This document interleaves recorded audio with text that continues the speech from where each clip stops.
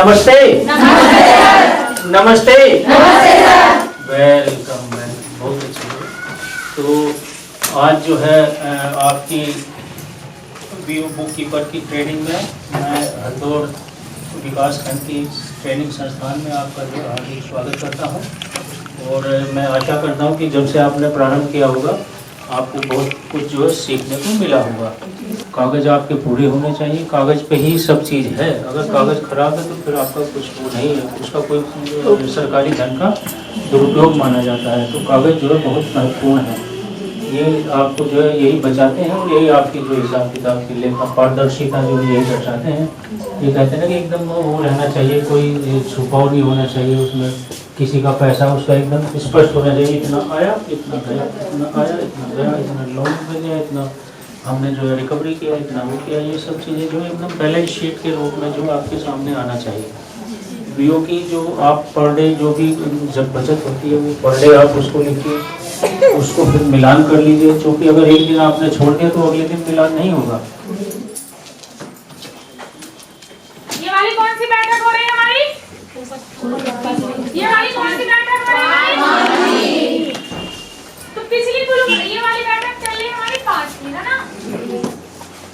तो पिछली पहली बार कितनी बैठक हो चुकी हमारी? 4। कितनी हो चुकी? 4।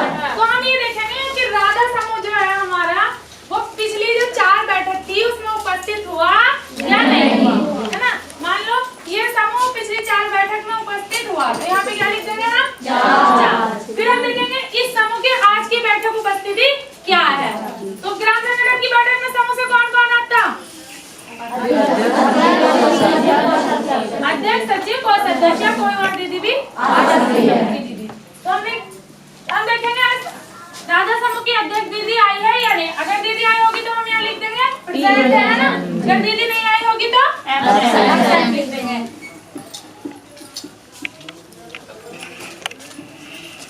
अब पिछली बैठकों की इसकी उपस्थिति क्या है समूह की? 4। कितनी उपस्थिति? 4। और इस बैठक में इस समूह से कौन कौन उपस्थित हुआ है? अध्यक्ष और कोषाध्यक्ष। तो समूह उपस्थित माना जाएगा या अनुपस्थित? क्या माना जाएगा? अब पिछली 4 बैठकों में भी उपस्थित था, है ना?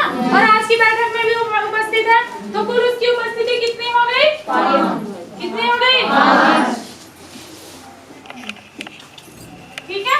अब हमारे कुछ समूह ऐसे भी होते हैं कि जो उपस्थिति नहीं होते हैं ना, या पिछली 4 बैठक हो गई, हो सके 2 बैठक में उपस्थित हुआ हो वो समूह वाले, है ना? तो हमारे उजाला समूह की बैठक उपस्थिति ये होगी पिछली वाली, है ना?